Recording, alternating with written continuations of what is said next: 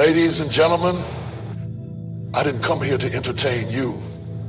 I came to shake something loose in your spirit. Somebody in this room has been fighting silent battles. You've been encouraging everybody else, praying for everybody else, showing up for everybody else. But when the lights go out, when you're all alone, you've been wondering, do I have what it takes? Or have I missed my moment? But God sent me here today not just to motivate you, but to remind you of who you are. You are not here by accident. You are not listening to this by mistake.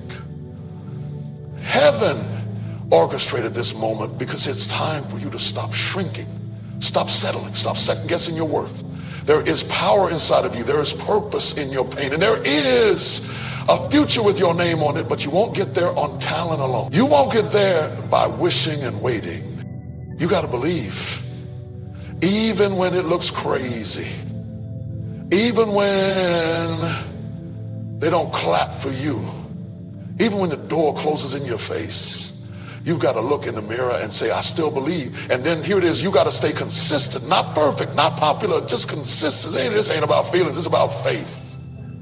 So buckle up, because for the next few moments, I'm not just going to preach to your ears. I'm going to speak to your destiny. Let's go. You know, it amazes me how many people are waiting on a miracle, waiting on a breakthrough, waiting on doors to open, but they don't even believe they're worthy of the blessing. And you can't receive what you don't believe. You can't walk into a future you keep talking yourself out of. You can't carry destiny if you keep dropping it at the altar of doubt. See, before God can give it to you, you've got to believe that he can do it through you. I'm talking to somebody right now who's been second guessing their value. You've been looking around, measuring yourself by what other people are doing, comparing your chapter 1 to someone else's chapter 20. And every time you get ready to move forward, that little voice in your head starts whispering, you're not smart enough. You're not ready. Who do you think you are? But let me tell you something. That voice was trained by trauma, shaped by shame, and fed by fear. That voice is not your future talking. That voice is your past trying to keep you stuck. Belief is the birthplace of breakthrough. That's where everything starts. Not with connections, not with credentials, but with conviction. You've got to be so convinced about what's inside of you that even when nobody else claps, you still show up like you know you belong in the room. Even when they say you're too late, you walk in like you were made for this moment because you were.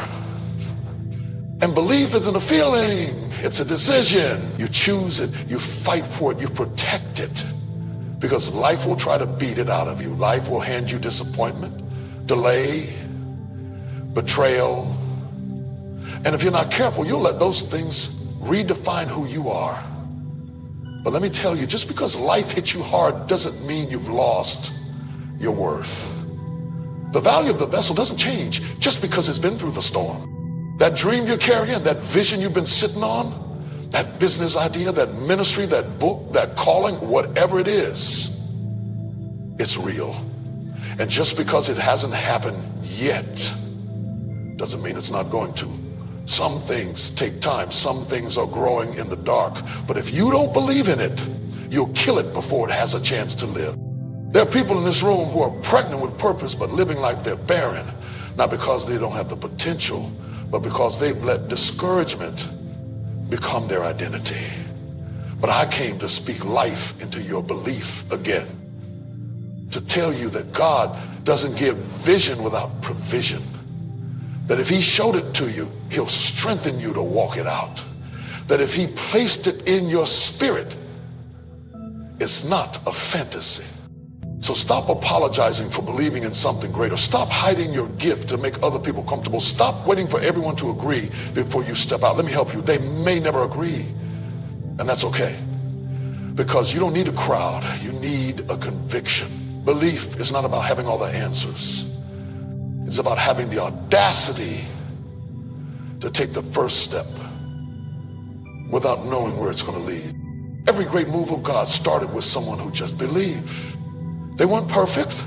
They weren't the most talented, but they were bold enough to say, I might not see it yet, but I know it's mine.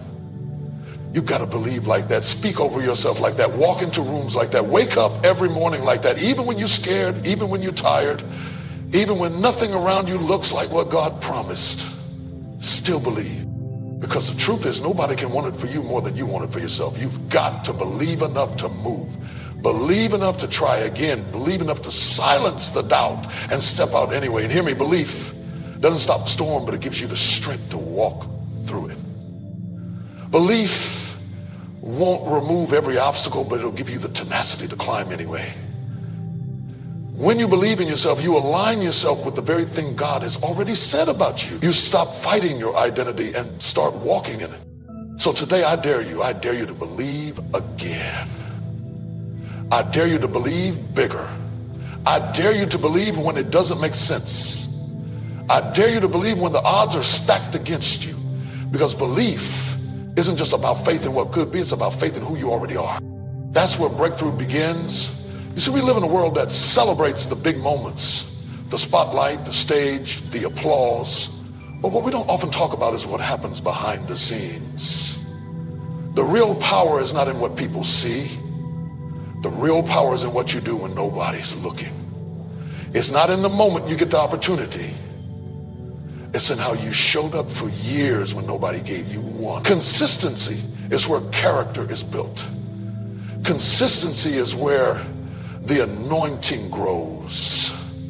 And if you're ever going to become what God showed you in that vision, you're going to have to stay consistent long enough to see it come to pass.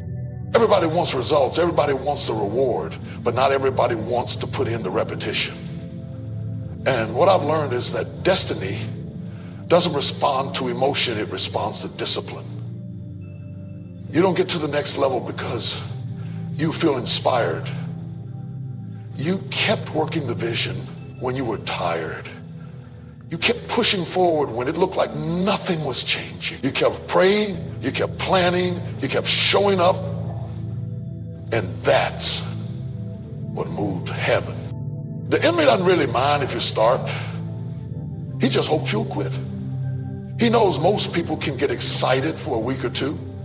Most people can post about it, talk about it, dream about it. But when the novelty wears off, when the process gets boring, when the results don't come fast, they walk away. That's why the enemy didn't attack you on day 1. He waits until day 47, day 89, year 2. He waits until you're worn down and wondering if it's worth it. But that's when you've got to make a decision to stay in it, to remain planted, even when the ground looks dry. Because the roots are still growing, even when you can't see the fruit. You don't need to be the most talented. You don't need to have it all figured out. You don't even have to move the fastest. You just have to not stop. Keep showing up. Keep writing the song. Keep building the business. Keep working on yourself. Keep praying over your family. Keep speaking the word over your life. Keep sowing even when it looks like nothing is coming back, because in due season, not your season, but due season, you will reap if you faint not. There are some things that only come through consistency. The breakthrough you're waiting for, it's on the other side of your obedience. That level of peace, that level of wisdom, that level of influence, it's not hiding from you, it's waiting for you on the other side of your endurance. You think you need a new plan, but what you really need is a new level of perseverance. You've already got the gift. Now you've got to develop the grind. I know it's not always exciting. I know it doesn't always feel spiritual. I know there are days you'll wake up and question if it's working. But hear me, it's working even when you can't feel it. Faithfulness builds momentum. Faithfulness creates alignment, and sometimes God will delay the result just to see if you're still committed without it. Because anybody can shout when the harvest comes in, but can you stay faithful when the ground looks empty? You're not building for likes. You're not pushing for approval. You're not showing up for applause. You're doing it because you know what God placed inside of you. And when you stay consistent, even in dry places, even in silent seasons, you position yourself to be trusted with more. The promise wasn't just that you'd be blessed. The promise was that if you were faithful over a few things, he would make you ruler over many. So, Don't despise the small steps. Don't look down on the early mornings and the late nights. Don't underestimate the power of showing up when nobody knows your name yet, because greatness is not in the moment, it's in the making. And consistency is the tool God uses to shape you into someone who can handle the weight of the blessing when it arrives. You've been waiting on the mountain to move, but what if the mountain is waiting on you to keep climbing? What if the very thing you're praying for is already in motion, but God is watching to see if you'll keep walking until it meets you? Sometimes you don't see the result because God is checking your rhythm. Do you show up when it's not convenient? Do you stay committed when the applause fades? Do you trust him when nothing's moving? Consistency is not glamorous, but it's powerful. It's not loud, but it's effective. It's not always celebrated, but it's always rewarded. And when you stay consistent, you won't have to chase the blessing. The blessing will start chasing you. You know what I've come to understand? Most people misinterpret the presence of pressure. They think that because things are hard, it means they're off track. Because they're facing resistance, they assume they must have made a wrong turn. But let me tell you something. Opposition is often confirmation. It's not always the enemy trying to stop you. Sometimes it's heaven showing you that what you're carrying. See, the enemy doesn't fight what isn't a threat. He's not coming after empty vessels. He's not chasing people who aren't carrying anything. The warfare is evidence that you're on the right track. That dream you've been nurturing, that vision you've been walking out, that calling on your life, that's why the attack has been so heavy.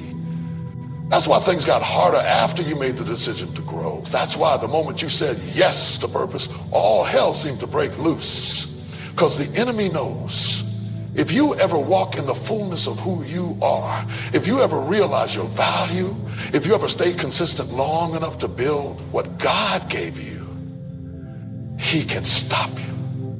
The fight is not over your past. It's over your future. That's what the pressure is about. That's what the delay is about. That's what the betrayal was about. The enemy isn't threatened by where you've been. He's terrified of where you're going, because he knows if you don't quit, if you don't fold, if you don't let the discouragement swallow your fire, then there's no stopping what God is going to do through you. So instead of being discouraged by the struggle, learn to destroy it.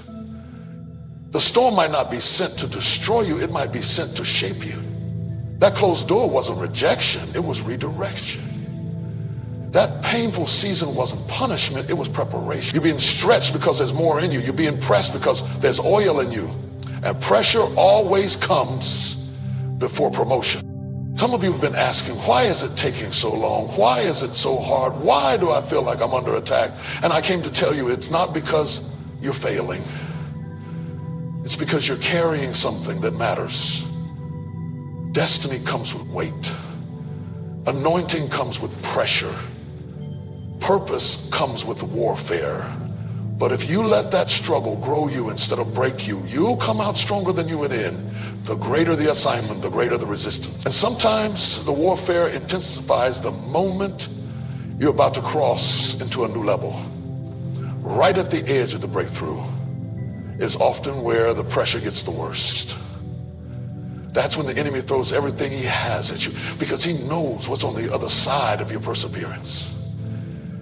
He knows if you survive this season, if you keep walking through the fire, you're going to come out like gold.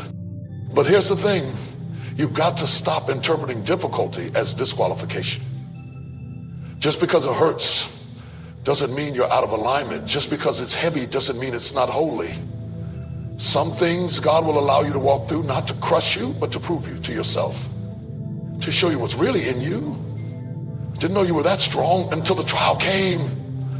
You didn't know you could endure that much pain and still keep going. But look at you, you're still here. You're still standing. And that's the proof that what's in you is greater than what tried to stop you. Let me talk to that person who's been questioning their calling because things got rough.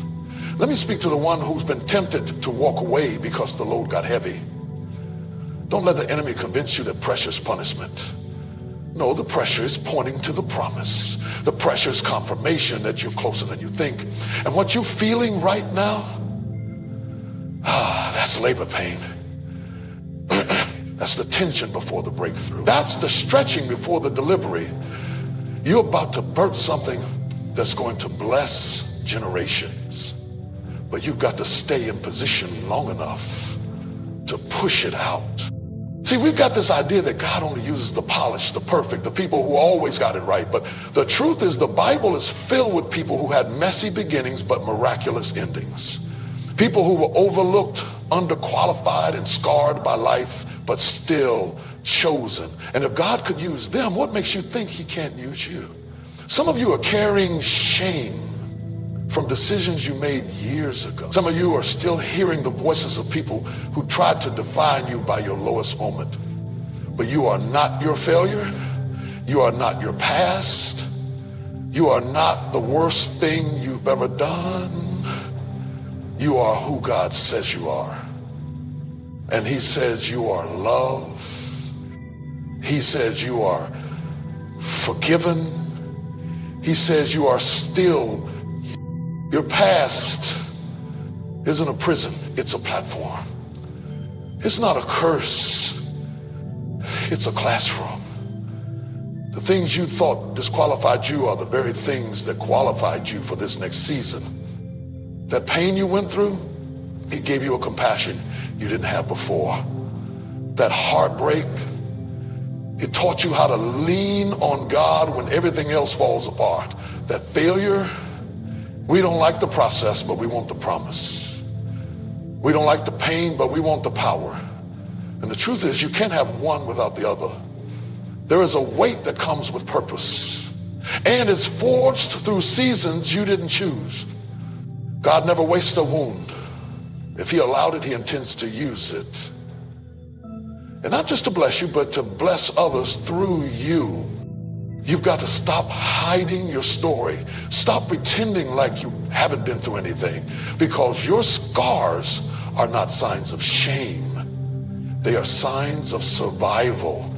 Somebody needs to hear how you made it through. Somebody needs to see the healed version of you to believe that healing is possible for them too. You keep thinking your testimony is too messy, but that mess might just be the message that saves someone else's life. I know it would have been easy if everything had gone smoothly. I know you wish you could erase certain chapters. But let me remind you, nothing is wasted. The tears you cried, the time you lost, the seasons of silence, they are all part of the story. And when you give that story back to God, he'll breathe on it. He'll redeem it. He'll turn your pain into purpose, your struggle into strength, your history into hope for someone else. It's time to forgive yourself. You've been forgiven by God, but you still walk around carrying guilt like a badge. And guilt is heavy. It'll slow you down. It'll make you doubt your worth. But you can't run into your future if you're dragging your past behind you. Let it go. Release it. Lay it at his feet. You've cried over it long enough. You've paid for it in your mind long enough. It's time to believe that you are still usable, still capable, still chosen. You see, God doesn't need perfection. He needs surrender. He's not asking you to have it all together. He's asking you to bring him what you do have, your story, your experience, your wounds, your lessons. Your past is not a curse to be hidden. It's a tool to be used. And when you stop running from it and start owning it, God will do something in you and through you that will blow your mind. So don't let anyone count you out, nor let anyone remind you who you used to be when God is trying to show you who you're becoming. You're not who you were 5 years ago. You're not the same person who went through that storm. You've been refined, you've been rebuilt, and now you're ready to carry what God's been preparing you for all along. You didn't go through all that for nothing. You didn't cry those tears for nothing. You didn't survive that season for nothing. There's purpose in your past. And it's time to stop hiding it and start walking it. I know it's not easy. I know the tears have been real. I know you've had moments where you didn't even want to get out of bed. But hear me. You didn't come this far to turn back now. You You didn't survive all that just to quit. You've been forged in fire. You've been tested by pain. And what tried to break you only built you. So the next time resistance shows up, don't panic. Don't retreat. Don't start doubting. Lift your head and say, this is proof I'm on the right path, because you are. The obstacles don't mean stop. They mean keep going. The resistance doesn't mean reroute. It means you're getting close. And if you can just endure the heat, if you can just stay faithful in the fire, there's something waiting on the other side that'll make every tear worth it. Let me tell you something that might surprise you. Your past doesn't disqualify you. It doesn't cancel your calling. It doesn't block your blessing. I know people told you that you missed your shot, that you messed up too bad, that you wasted too much time. But I came to tell you God can use it all, every mistake, every failure, every tear-soaked night. He can take the broken pieces and still build something beautiful. Let me tell you something that most people don't realize until it's almost too late. You don't rise to the level of your dreams. You fall to the level of your habits. It's one thing to have vision, to speak it, to post it, to write it down. But it's another thing entirely to build the daily rhythms that make that vision real. You can have all the passion in the world, but if your habits don't align with your purpose, you're only going to frustrate yourself with glimpses of greatness that never come to full manifestation. Some people think they're waiting on a miracle, waiting on the right moment, waiting on the right connection. But the truth is, the future you keep praying for is hidden in what you consistently do today. You're not going to wake up and stumble into purpose. You're not going to fall into success. You have to structure your life in a way that honors the calling on it. You have to make decisions today that your future self will thank you for. That's what separates those who talk about destiny and those who actually live in it. Discipline doesn't look like a miracle. It doesn't feel like a breakthrough. It feels like waking up early when you want to sleep in. It feels like saying no to distractions when nobody else is watching. It feels like choosing growth when comfort is calling your name. And the reason some of us are stuck in cycles isn't because we're not anointed. It's because we're not aligned. We want elevation without preparation. We want results without routines. But you can't receive what your character can't carry, and you can't sustain what your habits won't support. Every day you wake up, you're planting seeds with your actions. And the question isn't, will I harvest? The question is, what kind of harvest am I preparing for? Because if you're sowing inconsistency, you can't expect stability. If you're sowing laziness, you can't expect increase. If you're sowing procrastination, you can't expect progress. But if you start showing up with focus, with faithfulness, with a made-up mind that says, then you're preparing for something powerful. This is why belief and consistency work hand in hand. It's not enough to believe in the dream. You got to back it up with a disciplined life. You got to build the habits that match your hope. You got to do the work when it's not popular, when it's not convenient, when no one's clapping. Because let me tell you something. What you do in private determines what God can trust you with in public. Too many people are waiting on big moments to prove themselves. But what are you doing with the little ones? What are you doing with the time nobody sees? What are you doing when there's no recognition? Because if you're not faithful with the small, you'll fumble the big. God is watching how you manage this level to determine if you're ready for the next. And I get it. It's hard. Building new habits takes effort. Showing up every day when nothing seems to be changing takes faith. But this is where growth happens. Not in the hype, but in the grind. Not in the applause, but in the obedience. Every act of discipline is an act of worship. Every moment you say yes to your purpose and no to your flesh, you're telling heaven, I'm serious about this calling. Some of you are one habit away from the next level. One shift in your routine. One decision to turn the TV off and open that book. One commitment to wake up early and spend time in prayer. One choice to stop scrolling and start building. Don't let inconsistency rob you of what's already yours. Don't let laziness steal your legacy. You've come too far. You've seen too much. And you've got too much in you to let your daily habits destroy your divine assignment. And don't fall for the trap of motivation. Motivation is a spark, but discipline is the fire that keeps you burning. There will be days you don't feel inspired. There will be seasons when it looks like nothing's working, but that's when you've got to keep showing up. Not because you see it yet, but because you believe it's worth it. Not because you feel it today, but because you're building for tomorrow.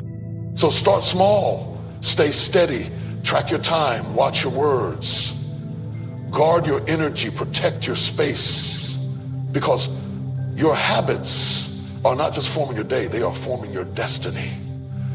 And if you can get your daily life in order, your future will have no choice but to line up with the vision God gave you. You don't need a new prophecy. You need a new routine. You don't need more confirmation. You need more commitment, because the version of you that's going to walk in the promise isn't found in a fantasy. It's found in your daily choices. There comes a moment in your journey when you have to stop looking around for validation and start looking within for conviction. At some point, you got to realize that the only approval you've been handpicked, set apart, and destined for something greater. And the truth is, you've already got what it takes. But here's the part most people don't tell you. Not everyone is going to see it. Not everyone is going to celebrate it. And not everyone is going to support it. And that's okay. Because when you really believe in yourself, you don't need applause to keep moving. You've got purpose to pull you forward. Some of you have been waiting on somebody else to confirm what God already whispered in your spirit.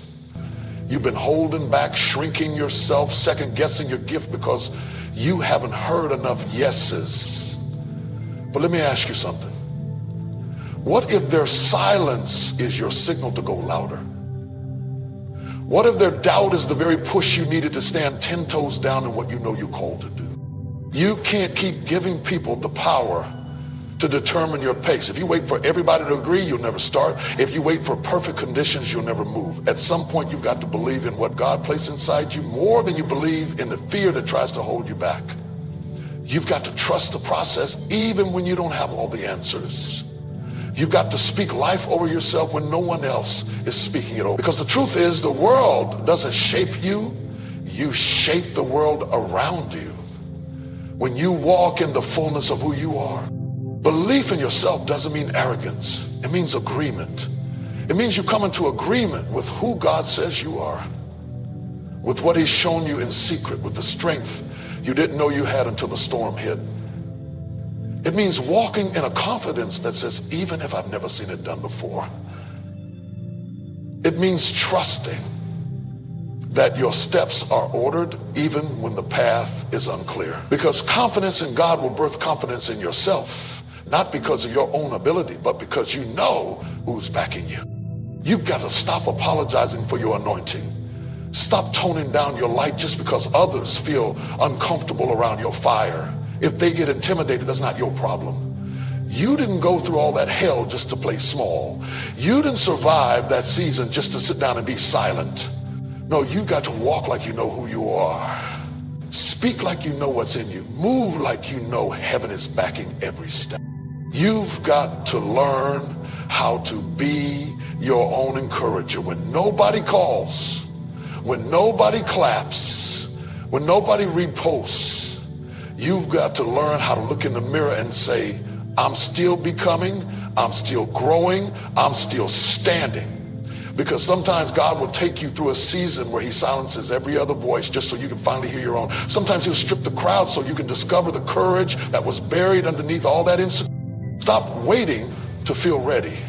Stop waiting until you have every detail mapped out. Growth doesn't come from knowing everything. It comes from stepping anyway. You will figure some things out as you move. You'll make some mistakes. You'll fall a few times. But even failure can't stop someone who refuses to quit. Even uncertainty can't delay someone who keeps walking in faith. But let me remind you, your journey is your journey. Don't compare your chapter 2 to someone else's chapter 20. Just because it hasn't happened yet doesn't mean it's not going to. Your timeline is not broken. Your story is not behind. You're not late. You're being shaped. And when you believe in yourself, you stop rushing by process. You stop measuring it by your resilience. There's going to be resistance. There's going to be moments when you doubt. But belief is a decision you make every day. It's waking up and deciding, no matter what comes, I'm still called. No matter how I feel, I'm still chosen. No matter what they say, I'm still becoming everything I was created to be. Because at the end of the day, you're not just trying to impress people, you're trying to fulfill purpose. You're not just chasing success, you're chasing alignment. And when you walk in that truth, nothing can stop you. So lift your head, shake off the doubt, silence the inner critic, and start walking like you already have the victory, because you do.